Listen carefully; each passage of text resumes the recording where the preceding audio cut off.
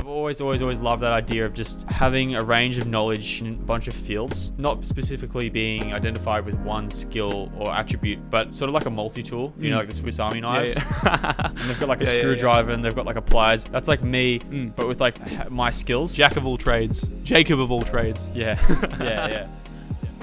3, 2, 1, 0.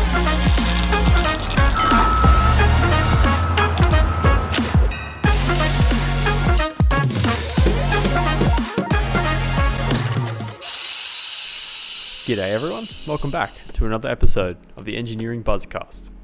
My name's Jacob and I'm here with my mate Dan here today, and we're here to bring you a sort of introductory special episode. So we wanted to do a bit of an introduction about a little bit about ourselves to give you guys an understanding of who we are before we start interviewing others. We're going to do a bit of interview, sort of talk to each other, ask a few questions, and then we'll get right into so the you cool get to stuff. know some background behind who we are and what we do, so we're not just a voice behind a microphone. Yeah, exactly. So the first question, Jacob, is, I guess we'll start with, what are you studying and what's going on currently for you at uni? Yeah. So currently I'm in my third year. I'm in my third year of mechanical engineering at Griffith University on the Gold Coast. Major in mechanical. But I've also picked up a Bachelor of Aviation in my second year of my engineering degree, which means that I'm a first year in aviation, but a third year in engineering. So that's what's currently going on for me. At the moment at uni, club-wise, I'm involved in a lot of stuff at the moment. So I'm with the Creative Engineering Design Group, I'm the president of the Engineers Australia Student Society at Griffith. Yeah. What else? Yeah, I mean, you did a bit of lifesaving club for a little bit. Yeah, I'm involved myself in the Lifesaving Club as well. Just wanted to get my face out there, meet like-minded people as well. Just because I hadn't actually met anyone in my first and second year that I could be sustainable friends with. COVID was a bit of a killer, hey? Yeah. Anyway, it's just a bunch of names online on online lectures, so I didn't actually get to meet anyone that well. So yeah, luckily I met a few mates who were very like-minded. I wanted to get ahead in the professional world, and we've worked on a lot of projects so far. We've been able to host our own networking event on campus. Yeah, that was actually really good. Go to sign-up days, involve students in our clubs and activities. It's just been really great doing that so far, and I feel like I'm going to be able to use those skills in the future as well. 100%, dude. I've made a lot of good contacts as well that I will be able to use in the future.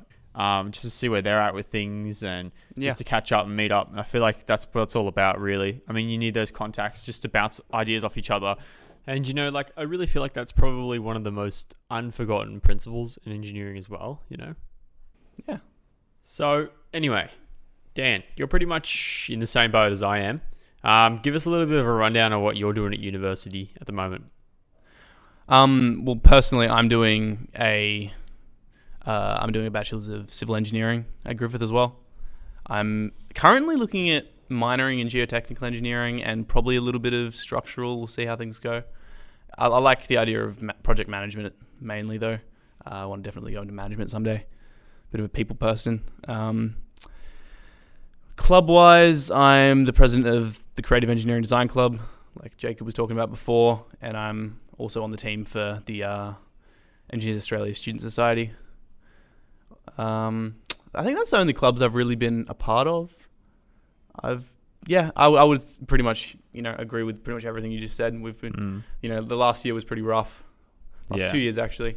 Just starting with everything changed once COVID hit. So we actually, I don't really know what it's like to go to uni without COVID existing. So it's kind of like, being online. Being online, starting online. I think we had 2 weeks where we got to meet people before COVID hit or something. So we got to meet a few people, and then, a year online, and now we're back actually doing classes, which is, quite helpful. It makes a bit of a difference. Actually going to I feel like there's a really big divide as well between people who prefer it online and prefer it being on campus. It's just so different, Yeah. Okay.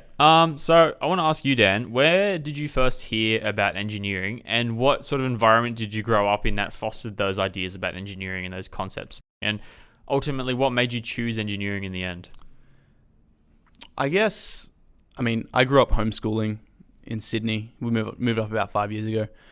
I guess engineering is just problem solving. That's really what it is. You're practicing engineering all throughout life when you solve problems. I guess, yeah, just growing up, I really liked solving problems. It really, when you actually can solve a problem, for me at least, it's really it's just a really awesome feeling knowing that you've improved something or made some system faster. I really like the idea of just optimizing systems and making things more. You're just improving the way things can be done. Yeah, I think that's just really cool. I guess homeschooling probably played a big part in that. Just growing up. I mean, it's very different to going to school. Of course. And yeah, just sort of guiding my own education and, doing things that I enjoyed doing. I feel like it would have been a big leap as well, going from homeschooling, where you don't have that daily interaction with different teachers and different staff members and things like that. Because at home, you've only got one teacher, and who's that? Oh, yeah, no, exactly. Your mum. Well, we had drama teachers and stuff, and we'd see them once a week, but it wasn't every day sort of thing. Yeah. And then you come to uni, I guess it'd be a big step up, a big change. I guess that'd also foster your engineering as well. So, yeah, where did you first hear about engineering? Honestly, the thing that got me into engineering really was my parents, because my dad he's a software architect. So he did an IT sort of computer science engineering degree. And he's really emphasized that that's really changed the way that he thinks. Just going through that course allowed him to think in a different way, focusing on solving problems in a different way and looking sort of thinking outside the box and stuff. So I think that that's definitely something they encouraged me and my brother to do. And honestly, I had no idea what I wanted to do when I finished school. I pretty much just winged it and was like, yep, all right, I'll try engineering, see what happens. And honestly, I've enjoyed it actually a lot more than I expected. I wasn't actually super strong with maths when I was growing up, but getting into it, when I've been able to actually enjoy it a bit more, knowing just actually understanding the content. And also with homeschooling, it's a lot more self-taught stuff. COVID wasn't actually hard for us because we were just homeschooling again. Yeah. Just doing it at home, just doing it online. Yeah. But yeah, no, it was pretty good. I definitely enjoy uni. I think that engineering is a really good choice for anyone who likes solving problems. I mean, it's difficult, don't get me wrong, but sometimes, you got to do things you don't want to do to get to a point that will ultimately improve your future and stuff like that. So yeah. Interesting. Yeah, cool. So is that what made you ultimately choose engineering in the end? Choice, the idea of problem solving and just improving the world. I think that's definitely a big part of it. Yeah, definitely. It's really cool. Very rewarding as well. Yeah, definitely. 100%.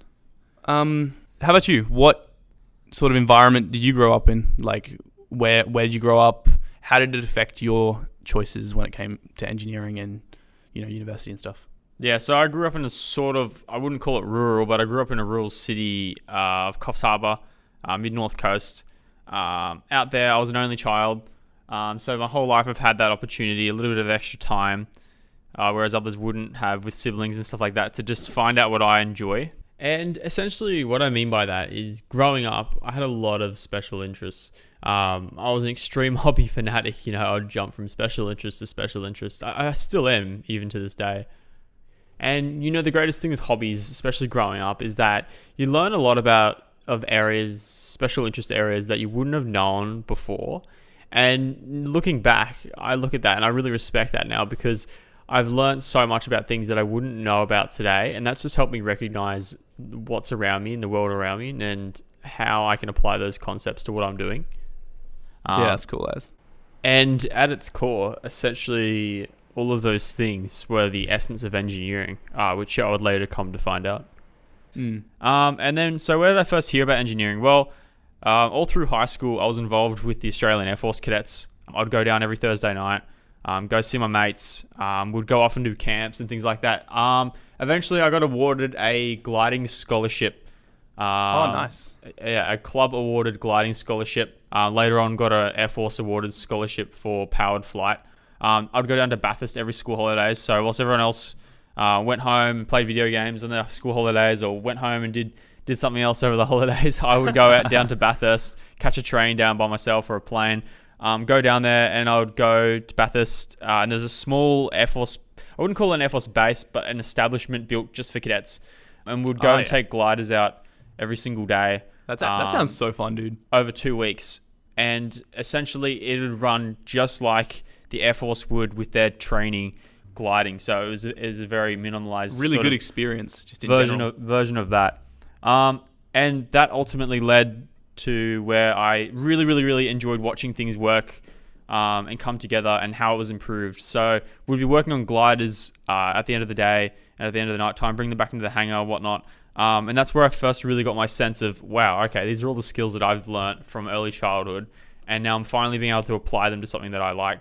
I've always loved that idea of just having a range of knowledge in a bunch of fields. So not specifically being identified with one skill or attribute, but sort of like a multi-tool, you know, like the Swiss Army knives. Yeah. And they've got like a screwdriver and they've got like a pliers. That's like me, but with my skills. Jack of all trades. Jacob of all trades. Yeah. So I never really had anything that I could specifically focus on, but I always knew that I had this idea that I liked doing a multitude of things. So yeah, that was a really, really great experience for me, being able to pull gliders apart, see what makes them better, what makes them worse, how we can fix such a good things. Experience. And then I moved up to powered flight, exact same thing again, but just on a bigger scale. And more expensive machines as well. So yeah, ultimately that's where I was like, okay, I really want to make a career out of this. I really, really enjoy doing this. Even though I'm doing it for free at the moment, I'd love to get paid for it in the future. Oh yeah.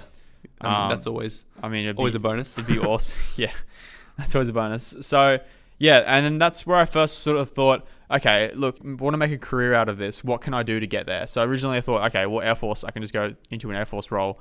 That'll probably get me that exposure to it. But I guess that's all I thought as a child, you know, being 17 years old, didn't really know what engineering still even was until I graduated high school. Got our ATARs back and I was like, oh, well, I can't get into any Sydney unis. I can't get into any Brisbane unis. What am I going to do with myself? I thought, you know, I want to do something that I also enjoy, but I can also apply those skills that I've learned. So my main area of focus has and always will be aviation. It's the field I enjoy the most. So I thought, I looked at engineering. And I saw that it was aeronautical engineering, and I looked at what it was about, what it involved, and I was like, you know what, that's exactly what I've been doing my whole early childhood throughout high school. And I thought, well, okay, it's only a 4-year degree. I'll give it a shot. Yeah. I heard it's the hardest, one of the big three. It is. You know, up there with law, medical, and the third being engineering. You know, the big top three. So I thought, you know, I'll give it a shot. I'm probably likely going to fail over and over and over and over again. But I want to make my parents proud. I want to make myself proud. Let's give this thing a shot. Man. If nothing happens, I can just go back to part of the process, or I can just go back to the Air Force and go for a role that's not engineering.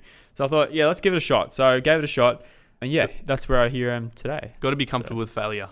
Yes, that's how you. It's always like one step backwards, 2 steps forwards. You know. Yeah. Even in my first year, because I've never been that really well off in maths. Especially throughout high school, was always the lower sort of classes. So I've never been really that good at math. Got to engineering, and I was like, holy hell, these people are doing calculus in their first year. Right? Yeah. And I was like, shit, what do I do? A big jump.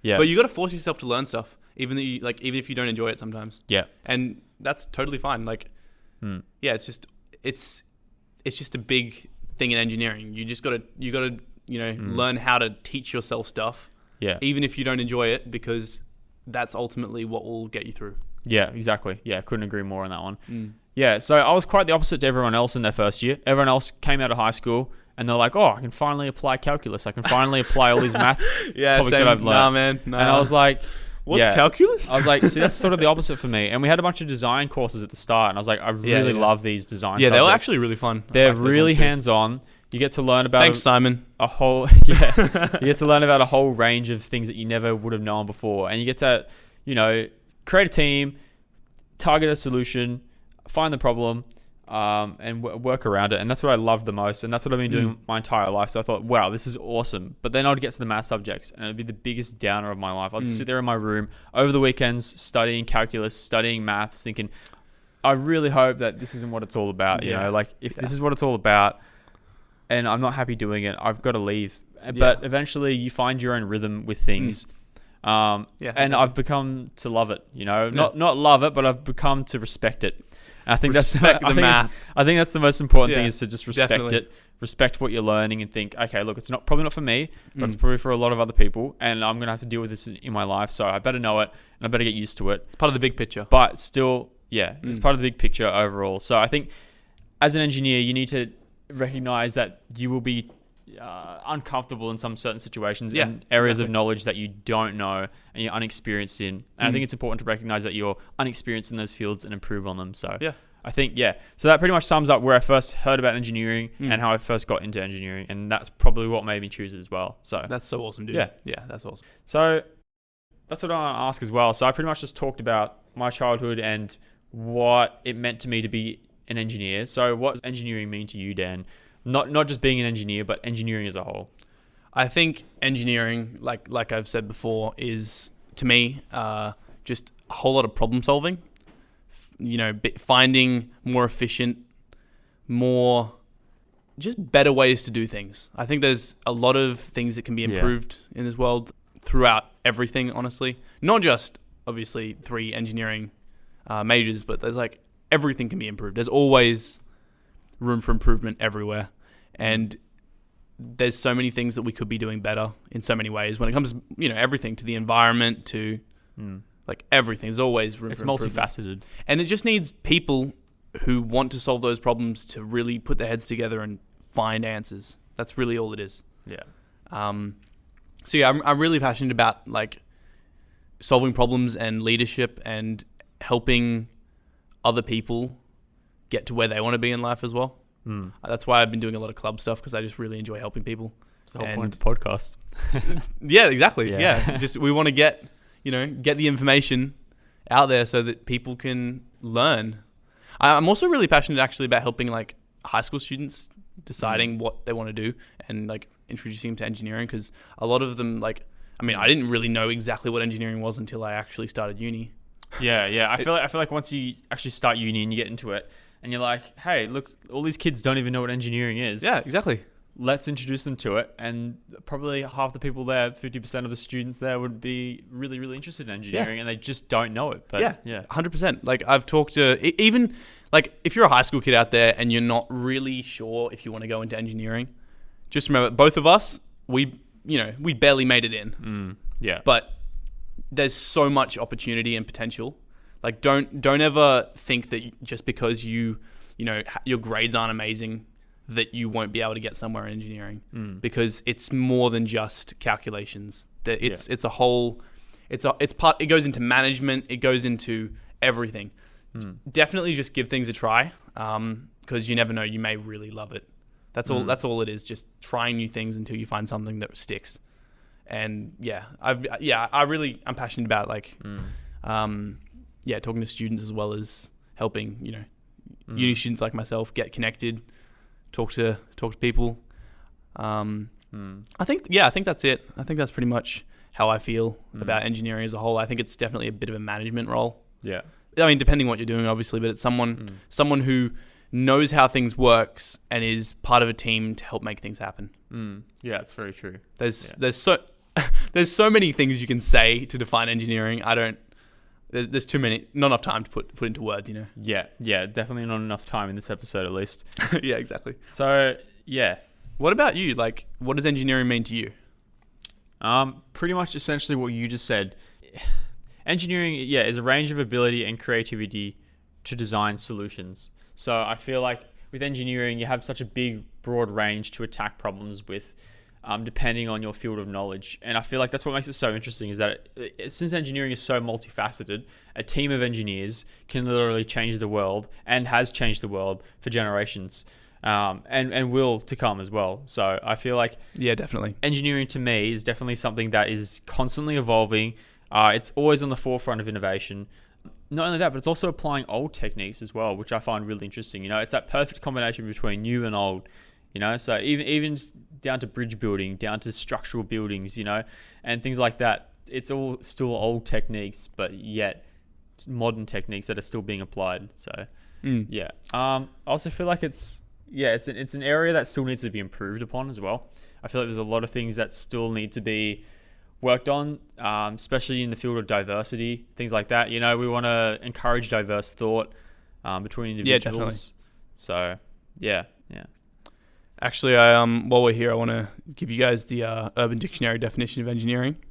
And it is defined as an extremely hard course in university whereby the students of it have no life. There you go. There you go, boys and girls. Yeah, that's what it really is, honestly. Yeah, that's pretty much what engineering means to me as a whole. I don't want to just make it seem as if engineering is completely easy either. I've talked about some of the nitty-gritty parts of it. So that's what I want to ask you, Dan. What has been your biggest hurdle so far in engineering as a whole? So it could have been from the start, what you can see in the future being the biggest hurdle, and what is now the biggest hurdle? Yeah, so I actually had no background of physics when I entered uni, so that really messed me around a bit. I had to start with engineering science from scratch, and I'm staring at all these letters, and I'm like, oh my gosh, what have I gotten myself into? But that's when, like, you know, teaching yourself and being able to teach yourself sort of gets into it, because I was able to, you know, push through. And yeah, that first part was really hard. But once I got past that, I really like started to enjoy physics and stuff, because like it's so cool. Like knowing that you can solve problems using basic algebra, but you're being able to solve like really complex problems. I feel like the best part about it is recognizing how useful and handy it is once you get the right person who teaches it to you correctly. 100%. And that's what's most important, is how you approach it at the start, because I feel like first impressions are everything with engineering. Definitely. Like if you just get confronted by something that's just completely out of your league, you're just going to be like, well, what is this? You're going to lose passion straight away. I'm going to hate it for the rest of my life until I learn about it more. So yeah, I think that was definitely the first year. That was a rough one. But after, it's really cool when you like all the math subjects that we did, they all played a role in the subjects leading after them. So all the maths and algebra and, you know, calculus that we did translated straight into all the other subjects, which is really cool, because you're applying it now. It's like, oh, this is actually what this is used for. I thought that was really cool. Definitely the hardest things to grasp for me were fluid mechanics. That was pretty rough. Just, I don't know why. It's still just physics, but it was just a really new thing for me. It took me a while to really understand like how things work. It's just so different. I don't know why. I don't know what it is. Fluid mechanics is just one of those courses that's just really hard. Everyone finds it hard. It's just like that. Some of the maths courses were pretty rough, but only because, like I've said before, my physics and maths base was very weak when I started. For people who really like, you know, excel in maths when they start uni, it's definitely much easier for them. But yeah, that's pretty much it. I haven't found it super challenging. It's definitely been a challenge. I'm not going to say it's easy, and I'm not going to say it's the hardest thing ever. I mean, okay, yeah, I'm going to say it's one of the hardest things I've ever had to do in my life. Not that I'm, you know, that experienced, but like it really makes you think. You got to put some work in, otherwise you're not going to get, you know, the result that you want. But no, I've really enjoyed it. I would definitely encourage people to at least try and attempt some of these things in engineering and stuff. Don't you know, tell yourself that it's too hard. Don't count yourself out just because you don't have, or you don't think you have what it takes, because it's, at least try it. Most of the courses you can attempt it for a few weeks before you can drop it out anyway. So just watch a YouTube video on it. Yeah, exactly. Watch a documentary on it. Learn what it's all about, and just gauge your decision from there. If you still don't get anything, just give it a whirl. Just do a trimester, give it a whirl. Shout out to the organic chemistry tutor on YouTube. That guy, he brought me through a few subjects, man. Oh yeah, yeah, really good at physics. Let's see if we can get him on. Let's go. Yeah, no, I definitely would encourage people to at least attempt. Don't count yourself out before you even, you know, had to go. Yeah, very true. Biggest hurdle so far for me, I feel have been or is fitting in at uni. But not in the social sense. Not in the sense that, oh, am I gonna find people that like me, like that high school sort of? Am I gonna fit in? But in the sense of, am I gonna fit into engineering? Yeah, with the industry and stuff, right? Or just like as an engineer. Just as a whole, as an engineer, I think it comes down to that imposter syndrome thing, where it's like, do I really belong? Like, is this really something that I belong in? Is this what I'm going to slot into for the rest of my life? like my grandfather, his whole life had been doing engineering, and I'd heard him talk about it a little bit. But I always thought, like he seemed like a really switched on guy. Am I capable of being like that? Yeah. And am I able to? Do I deserve this? Yeah. Do I deserve to be able to work in a field that's gonna change people's lives forever? So much responsibility. There is a lot of responsibility, and I keep thinking to myself, am I underqualified? Do I not know enough about one subject? Is this math that I'm struggling to hold and learn about, is that going to hold me back in the future? And 100%. I know exactly what you mean, yeah. Is there any other easier way to get around that? So I think that's been the biggest hurdle. But back to what you said, Dan, as well, just learning the math as well.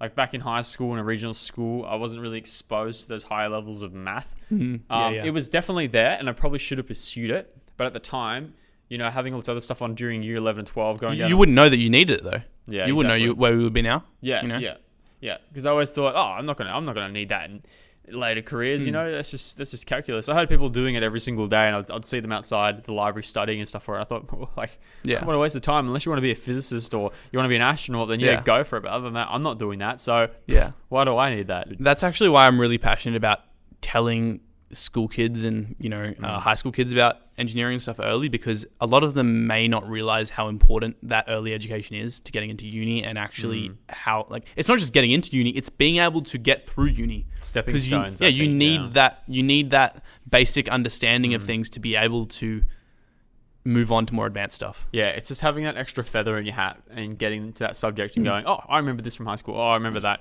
And I saw a lot of people doing that in the first year, and I saw a lot. And I wish I was that person. Yeah, I just didn't. Yeah, I was always there late back at the end of the lectures, just sitting there thinking, this is just so difficult. Am I going to be able to do this? Am I going to just let down everybody in my life? Yeah, I know what you mean. Yeah. So I'd probably say that's been my biggest hurdle, is dealing with imposter syndrome.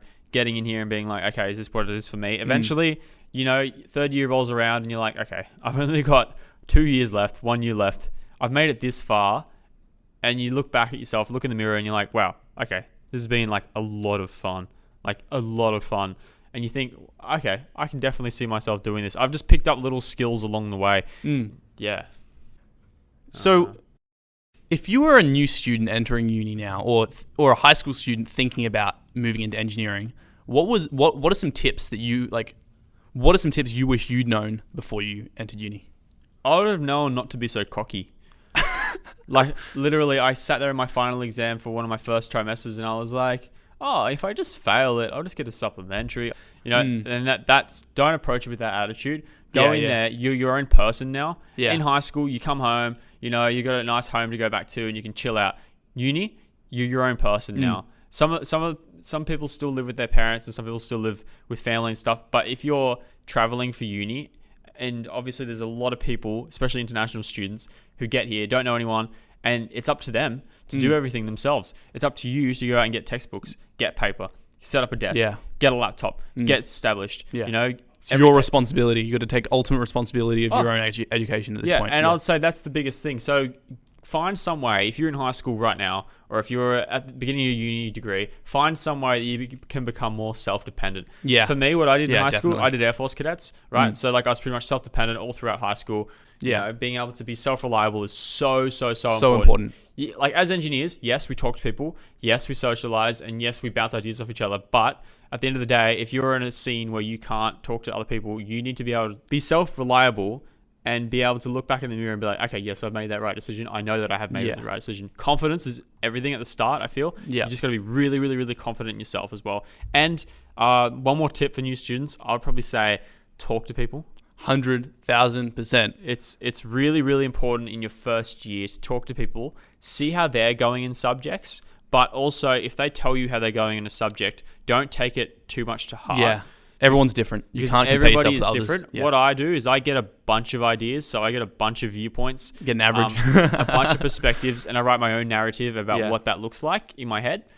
I never base it off somebody else's viewpoint unless you completely trust them, or that person sees things the same as you do. That's what's extremely important. I couldn't stress that enough. Yeah. So those two tips would probably be my biggest hints at going well in your first year, or if you're just coming out of high school, or even if you're just in your second year now. Come out of your shell a bit, Come and socialize. Definitely. I know that online during COVID, we don't really have that opportunity, but just to even message someone, Yeah. that who's in your cohort and just ask them a question about, an assignment or something like that. Just get that conversation started going. If you're not that social person, yeah, that's fine. That's totally fine. That's totally fine. There's online forums. You've got Discord now. You've got everything.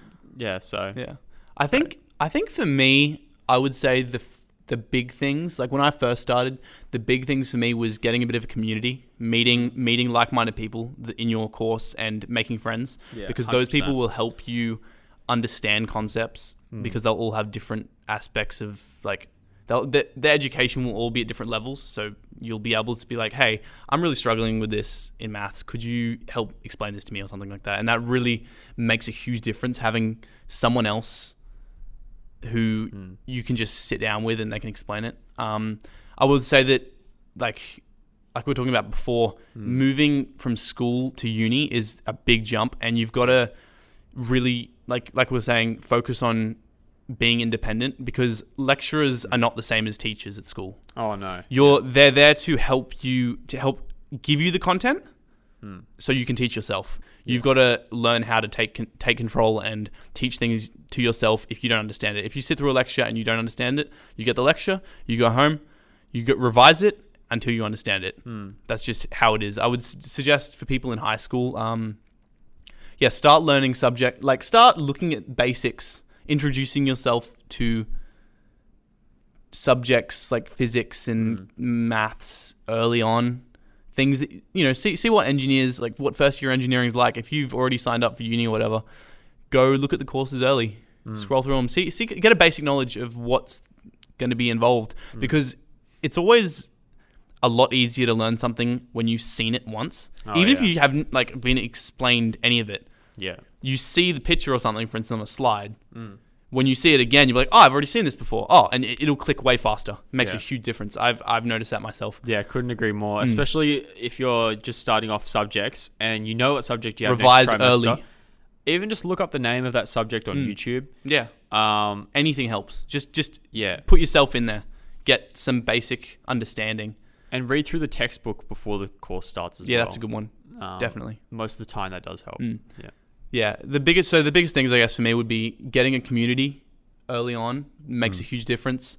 Actually make friends with your lecturers. Make friends with the people who are teaching you the content, because you never know when that could come in handy. Like just being able to ask them, hey, could you help explain this to me? I'm having trouble. Just being able to, having that sort of personal communication with someone who wants to teach you is really important as well. Yeah. That's just, especially if your peers don't know the answer to a question. Yeah. You Not can go only to that, them but I for feel advice, like if you become friends with your lecturer and your staff and educators, they will start to pick up on what your learning style is. Definitely. As well. Yeah. And once they've picked up on that, they can go, oh, okay, I might be able to change how I'm teaching to then suit their needs a bit more, and hopefully try and get that student to get them understand the message that I'm trying to put across. Yeah, definitely. That's super important. So community, early exposure to topics is really important, like I said before. And I think they're the main things. I think they're the biggest things I would say to new students who are entering engineering and entering, honestly, any degree. You can apply that to anything. Yeah. But those two are very important. That will completely change. Oh, also get in some clubs and stuff. Do some club activities if you can. I mean, as engineers, it's really hard to find time for some people, especially. Oh, yeah. It's not going to be you can't be in doing sports 24/7. Finding that time to socialize. You got to you've got to really schedule your time well. Yeah.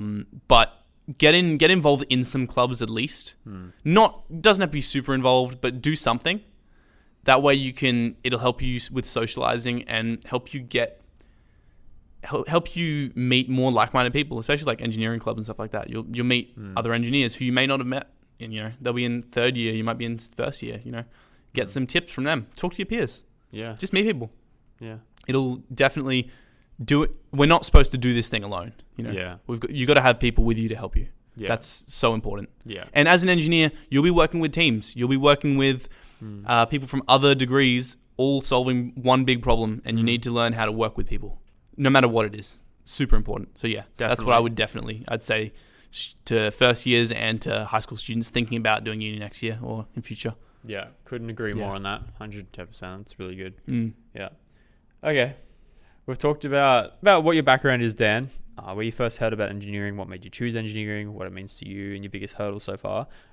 Ultimately, let's wrap it up. Where do you see yourself going in engineering? Where do you want to be in the future? And what field of engineering do you want to work in? And would you switch that field of engineering if the time comes?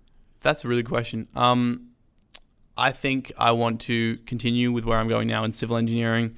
Not really interested in changing majors. I'm probably going to go into geotechnical. And I mean, honestly, as a civil engineer, you can go wherever you want. You can easily change. It's not, rocket science. Do, a few courses here and there and change like minors. But I want to definitely go into engineering, probably eventually go into management. That'd be really cool. I think I want to own my own engineering firm at one point. I think, owning my own business will be really cool. Give other people like opportunities that I've been given. I think business is a really good way to, you can use your creativity more when you're in an environment that you are maintaining yourself, I feel like. Does that make sense? I feel like also too, if you're confident in your own skills, exactly, and you own your own business, and you're confident that you can do something well, then you can just go for it. You don't have to approach somebody else and ask them about it. You can just go for it yourself. And I think that's the most important thing is if you have confidence in yourself that you can do it, just go for it. I mean, confidence is so important. Even just putting yourself out there. Don't ever discount yourself just because you don't think you're capable of something. If things, you'll make mistakes, but that's literally part of growing. That's what you're going to have to make mistakes. That's why in maths, when you make mistakes, you go back, you figure out the mistake you made, and you correct it. That way, you don't make that mistake again, because every time that comes up, you're like, I did that last time. Not going to do that again. Exactly. Same with life, everything. Yeah.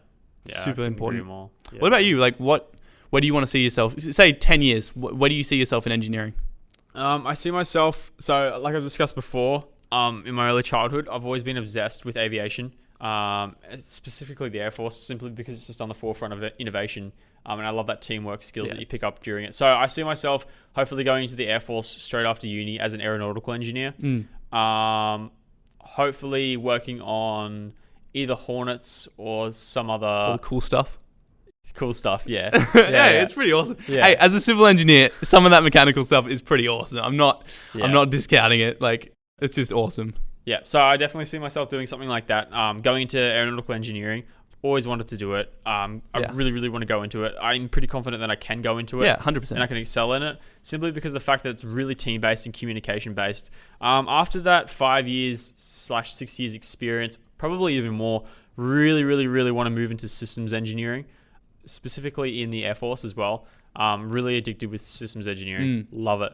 I love how you can look at something, step back as a team, look how you can improve it, and just I'm a micromanagement obsessed. Could you quickly define systems engineering for people who might not know? So you've got the three majors of engineering, the main majors. You've got civil engineering, mechanical engineering, and electrical. What is systems specifically in your description of systems engineering? I'll probably say the role of a systems engineer would be to identify all the interfaces that work together and find a way to find methods that agree with them, and build upon those. So like an overall, someone who connects all the dots almost. Steps back, looks at the system, sees what it's supposed to do, finds out what's going wrong in that supply line or that chain where things aren't going as well as they could be, improve those links, bond those links together, make it all stronger as a whole. And I think it's just very, very teamwork based, and I really love teamwork based. That's awesome. And I feel like with those people skills, you can get a team together that can accomplish anything basically as well. So I think, and a systems engineer as well, I really want to get that experience first before going into it. I don't want to be a systems engineer as someone who doesn't have enough experience. Oh, that's so important. Makes improper decisions, impacts somebody else's life, specifically in aircraft as well. Yeah. The liability is crazy. You someone's life is in your hands. And you're the one who's in charge of getting them home safely. I mean, ultimately the pilot is, but the pilot's operating your equipment. Yeah. So, yeah. And as a systems engineer, it'd be really interesting to see how you can improve those little links along the way. And especially in Air Force, a lot of it's changing very, very frequently. It's very rapid. Yeah. Innovations happen like crazy. Yeah. Especially in the past 10 years, I feel. There's been a lot of new technologies which are upgrading everything at the moment. So it'd be really interesting to work in that field. Engineering's got lots of that. New technology coming out constantly. Yeah. Civil's got lots of it. Mechanical's got lots of it. Electrical's got lots of it. We're always learning new things and we're applying it to new, and finding new ways to solve problems. And that's actually really, like, honestly, a really big part of what I like and enjoy doing as well. Yeah. Yeah, I've just found a quick definition online that says, systems engineering is the science of mastering interdependency and complexity. So, So, like, the relationships that the relationship of each component of an aircraft, for instance. Sort of. Or just communicating the ideas that you've acknowledged and pinpointed to other engineers and people within your team and how to justify and correct those as well. After that, so looking past 10 years, so looking past what you asked, I'd really love to, so at the end of all of it, really, really love to start up my own flight school with a fleet of electrically powered aircraft or electric aircraft. That sounds so cool. Simply because the fact that, we're moving towards that big, great leap of renewable energies. Electric aircraft is slowly coming to Australia. At the current point in time, there's a few companies down in South Australia who are doing that exact same thing. I want to move it up more further north, so Queensland, tip of New South Wales, that sort of area, especially regional areas. I mean, like, I've seen how much it had a big impact on me, so if only I could influence those sort of people in the future. That's really And awesome. with electric aircraft as well, I mean, it's a lot more cheaper for students, a lot more affordable for people who can't afford it. I'm not going to say that aircraft training is cheap, especially at the moment with fuel. You got just the biggest cost comes from those hiring out the pilots to train the students. So I think by removing that biggest factor, you can really benefit a lot from that. And that's ultimately where I want to go with everything in the end. And being an engineer as well, I'll be able to apply a lot of those leadership skills and communication skills to my own life as well. So I can help benefit others around me. Yeah. Yeah. That's a super awesome, dude. Yeah. Well, I think we're going to have to wrap it up, guys. There's a bit of an introduction about myself and Jacob.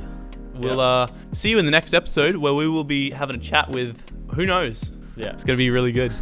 We'll talk about some of those questions that we just asked each other as well to engineers in the future.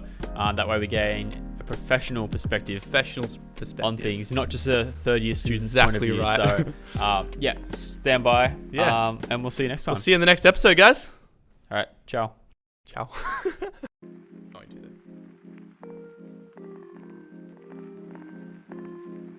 The top job is that of the engineer. This requires a great amount of ability and training in mathematics.